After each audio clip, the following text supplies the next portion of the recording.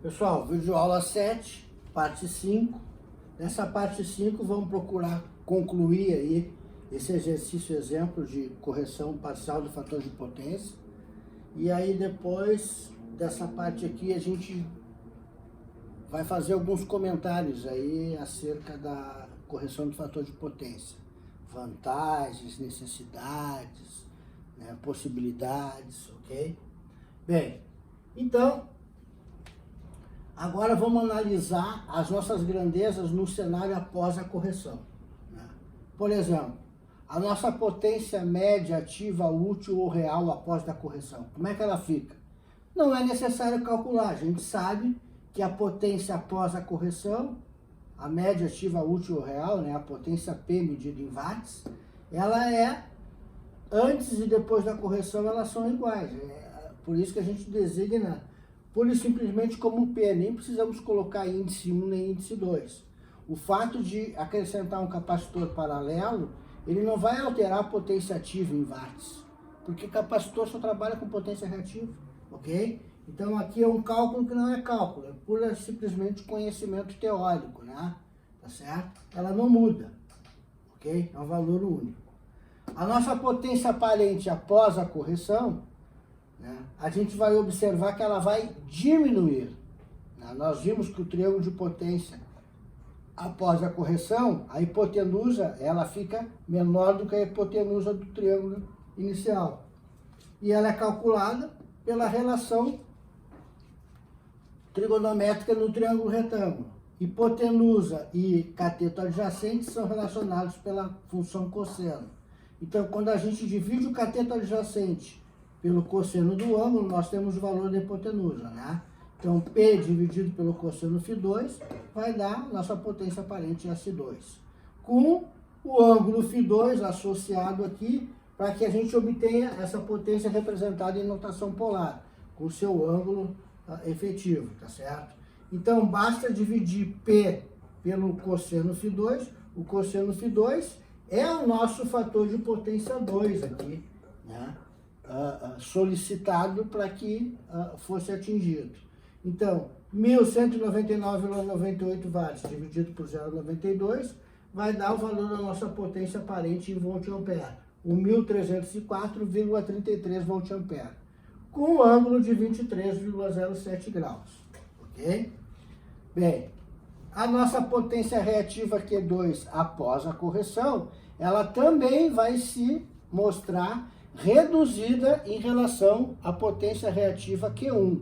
Nós colocamos o capacitor paralelo com uma potência dual QC, né, justamente para reduzir a altura do triângulo de potências, né, e não exceder o ângulo ao ângulo cujo cosseno φ mínimo é 0,92. Então, pela relação do triângulo de potência, a potência reativa Q2 é o cateto oposto, S2 é a hipotenusa. A função trigonométrica que relaciona cateto oposto e hipotenusa é a função seno. Aqui nós temos aquele conjugado da nossa convenção, então basta fazer o produto S2 seno φ2 conjugado, que nós temos a nossa potência reativa Q2. Então, 1.304,33 volt-ampere, a nossa potência aparente, vezes seno do nosso ângulo φ2, que é menos 23,07 graus, tomado lá na corrente, tá? Ele é negativo aqui. O operador conjugado vai inverter o sinal dele, vai ficar positivo, tá certo? Então, a nossa potência reativa Q2, ela resulta aqui em um sinal positivo, ou ainda mais J em notação retangular, ou mais 90 graus em notação polar. Ela é uma potência de natureza ainda indutiva, né? A nossa carga permanece com uma característica indutiva, porém, né, com um fator de potência melhorado, né, corrigido por um valor que se aproxima do 1, tá certo? Bem, o cálculo do nosso fasor corrente final, após a correção. A mesma coisa vai acontecer. Se a nossa potência aparente, após a correção, S2, é menor em relação à inicial S1, a nossa corrente total, após a correção, vai ser menor do que a inicial. A inicial era 8,5, agora a gente vai achar aqui um valor inferior, tá certo? Então vamos lá, como é que a gente fez esse cálculo? Divide a potência aparente pelo fator tensão conjugado e vai resultar no nosso novo fator corrente. Então, fazendo aqui a divisão em notação polar, né? O 1.304,33 voltampere por 220 volts, 5,93 amperes. O operador conjugado aqui vai tornar negativo esse sinal do 23,07 graus positivos aqui da potência. Tá? Notação polar, divisão, os ângulos nós subtraímos numerador menos o denominador. Então vai ficar menos 23,07 menos 0, menos 23,07 graus amperes. Ok? Impedância do conjunto RL série em paralelo com a nossa reatância capacitiva XC. Né? A fonte vai enxergar uma impedância Z2. Né? Essa impedância Z2, a nossa expectativa é que ela seja maior do que Z1. Por quê? Se a corrente I2 é menor do que o I1 pela lei de Ohm, significa que a impedância Z cresceu para a corrente diminuir. Tá certo? Depois a gente vai comentar aqui algo meio intrigante em relação a isso. Né? Aplicando a lei de Ohm, fator tensão por I2 vai dar nossa impedância Z2. 220 por 5,93, 37,10 ou notação polar, 0 menos 23,07 graus, dá mais 23,07 graus. Então observem aqui, ó, que a nossa impedância só com o aparelho de ar-condicionado operando, sem o capacitor de correção, ela é enxergada pela fonte como 25,88 ohms. Quando a gente coloca em paralelo o capacitor, ao invés dessa impedância reduzir, olha que ela aumenta de 25,88 para 37,10. E aqui, isso a princípio, assim, começa a nos intrigar um pouquinho. Por quê? Porque a gente viu lá na corrente contínua, sempre quando a gente pegava dois resistores e associava em paralelo, a resistência equivalente, ela resultava no valor inferior aos dois resistores. Por exemplo, quando a gente fazia um paralelo de um resistor de 6 ohms com um resistor de 3 ohms, né, a resistência equivalente, como é que ela era calculada? O produto dos dois pela soma dos dois.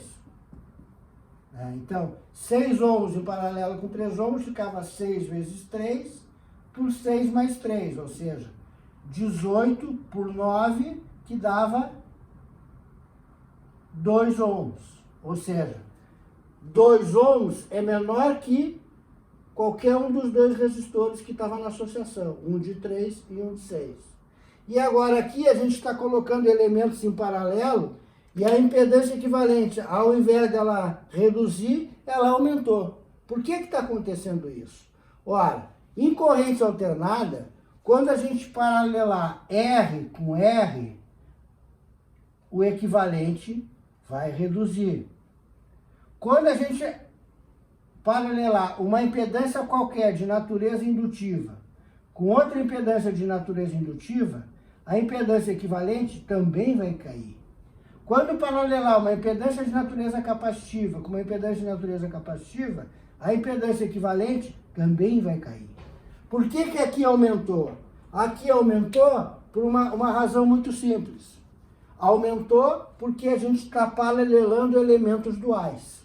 Observem o que vai acontecer na medida que a gente está paralelando elementos duais. Vamos fazer aqui o paralelismo de elementos duais. Nós temos um RL em paralelo com C. Então vejam, aqui nós temos uma impedância R mais JXL em paralelo com menos JCC.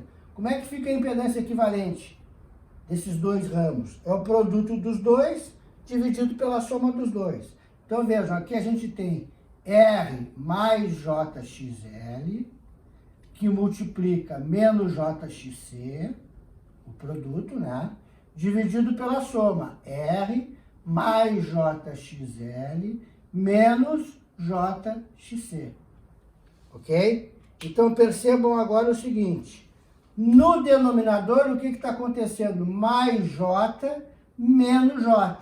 Isso aqui vai resultar num valor de X, né, que vai estar decaindo. Porque um é positivo, outro é negativo, eles não vão se somar, vão se subtrair. Então, isso significa que esse número complexo do denominador é o número complexo que vai diminuir. Tá?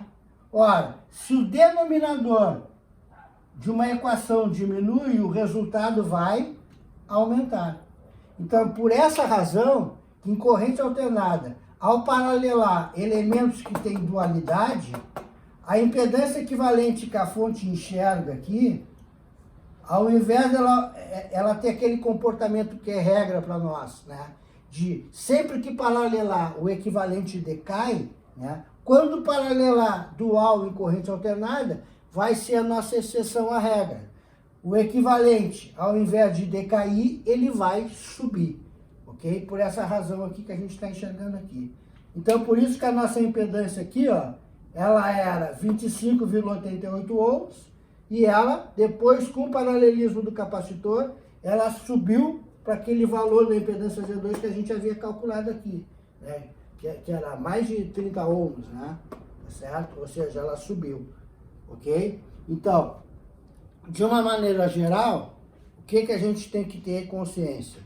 Quando a gente corrige o fator de potência, né, o comportamento das nossas grandezas elétricas, eles são o seguinte, vamos ver aqui, ó. Ao corrigir o fator de potência, a nossa potência P, ela permanece igual, ela não muda. A nossa potência reativa Q, ela diminui. Esse que é o objetivo do fator de potência, diminuir ou até mesmo eliminar a potência reativa em regime permanente. Ora, se P permanece igual e Q diminui, significa que a aparente diminui também. Se a aparente diminui, a corrente total, ela diminui. Tá certo? Se a corrente total diminuiu, a impedância total aumentou. Certo? Isso quando a gente corrige o fator de potência, ou seja, quando o nosso cosseno φ aumenta, né? Para o nosso cosseno φ aumentar, o nosso ângulo φ diminui. Tá certo? Então, esse é o comportamento das nossas grandezas elétricas na correção do fator de potência. Ok, pessoal?